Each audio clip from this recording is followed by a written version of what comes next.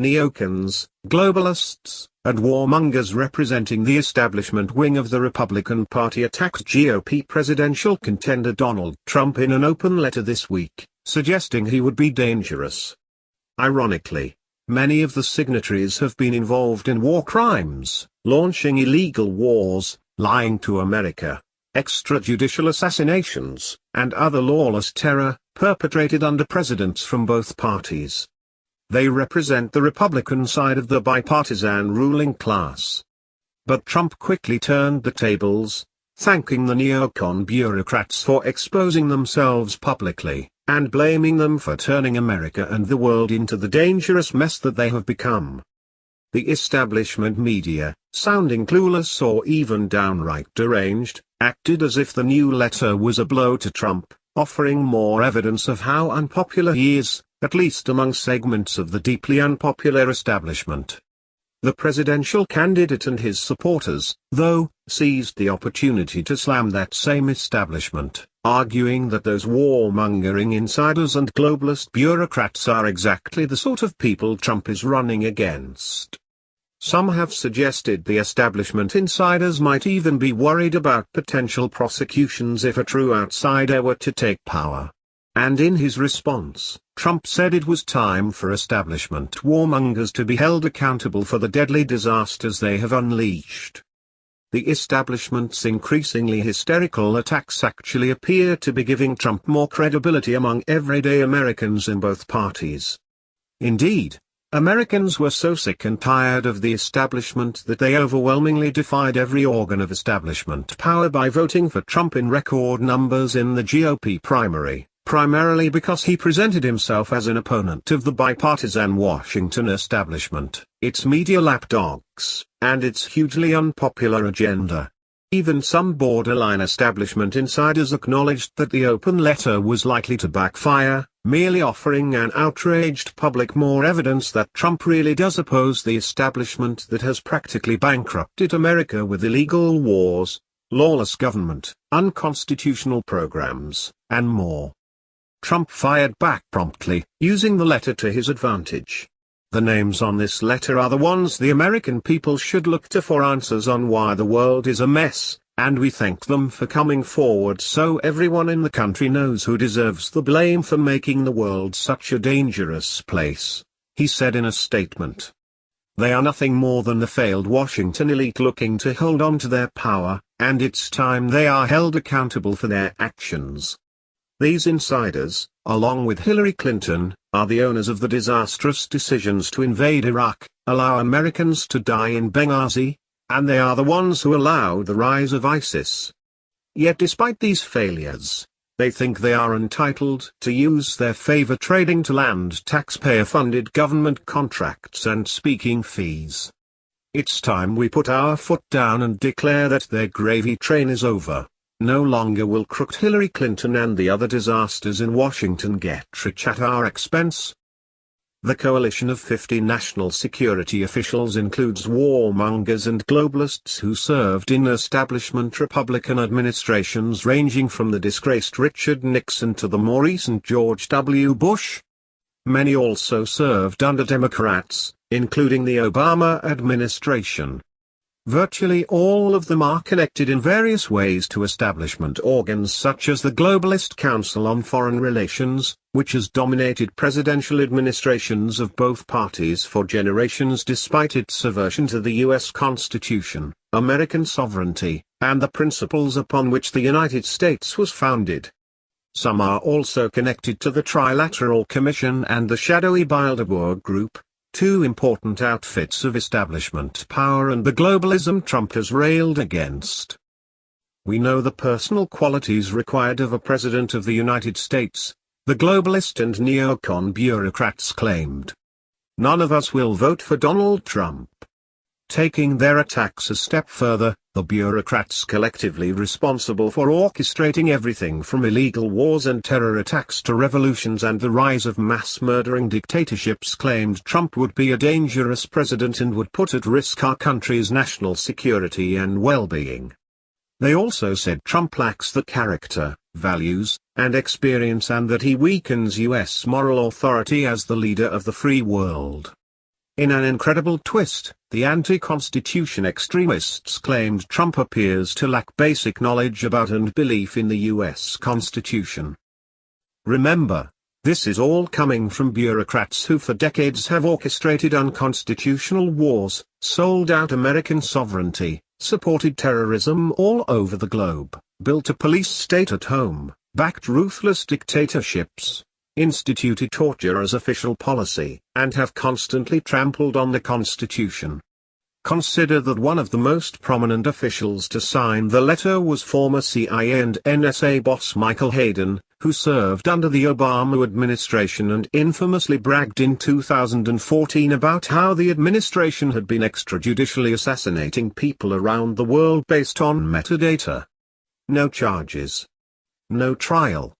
No jury. Just suspicious metadata was enough for Hayden and Obama to launch drone-fired missiles to blow up suspects and their families, including American citizens and even children. In addition, Mr. Trump has demonstrated repeatedly that he has little understanding of America's vital national interests, said the bureaucrats, many of whom claimed America's vital national interests included supporting Al-Qaeda in Afghanistan decades ago, invading and occupying Iraq more recently, bombing Libya to smithereens with help from Al-Qaeda under Obama, and numerous other deadly boondoggles or crimes. Unlike previous presidents who had limited experience in foreign affairs, Mr. Trump has shown no interest in educating himself. Mr. Trump lacks the temperament to be president. The Republican bureaucrats, as they are being painted in the establishment media, then concluded with a tacit endorsement of globalist presidential candidate Hillary Clinton. We understand that many Americans are profoundly frustrated with the federal government and its inability to solve pressing domestic and international problems, they said. We also know that many have doubts about Hillary Clinton, as do many of us. But Donald Trump is not the answer to America's daunting challenges and to this crucial election.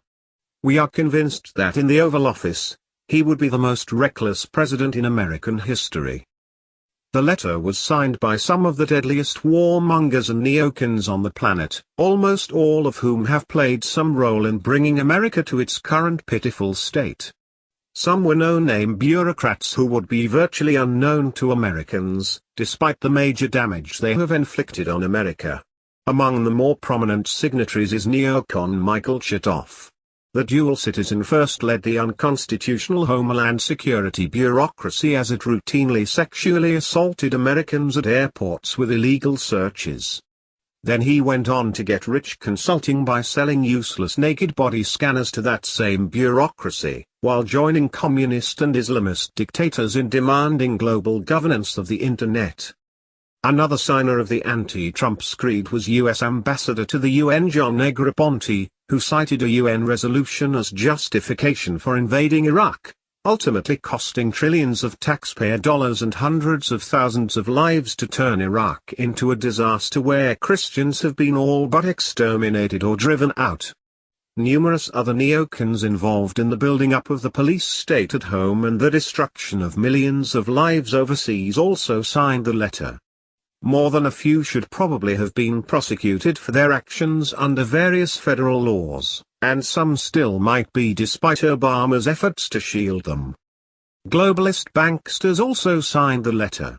Former World Bank boss Robert Zoellick, for example, was among the signatories, despite leading one of the most corrupt and hated establishment outfits in the world. Before the most recent letter, another Republican bankster was trotted out vowing to vote for Hillary Clinton. Globalist Henry Hank Paulson, the Goldman Sachs CEO and George W. Bush Treasury Secretary who helped oversee the redistribution of trillions of dollars in public money from middle-class and poor Americans to billionaire Wall Street insiders. Now, Paulson spends much of his time pushing the discredited man-made global warming theory, hoping to profit from the radical policy schemes associated with it. Trump, though, turned the tables on the letter's signatories, mocking them as sore losers and using their attacks as another boost to his anti-establishment credentials. Well, I respond by saying that I wasn't using any of them and they would have loved to have been involved with the campaign, Trump said. But I wasn't using. I had no interest in using. Look where the country is now on national policy. Look what we are in defense. Look where we are. Look at the mess we are in. Whether it's the Middle East or anyone else. Painting the signatories as dangerous members of the establishment that he is trying to stop, Trump said they were responsible for much of what ails America today. And these were the people that have been there a long time, Trump continued. Washington establishment people that have been there for a long time. Look at the terrible job they've done. I hadn't planned on using any of these people.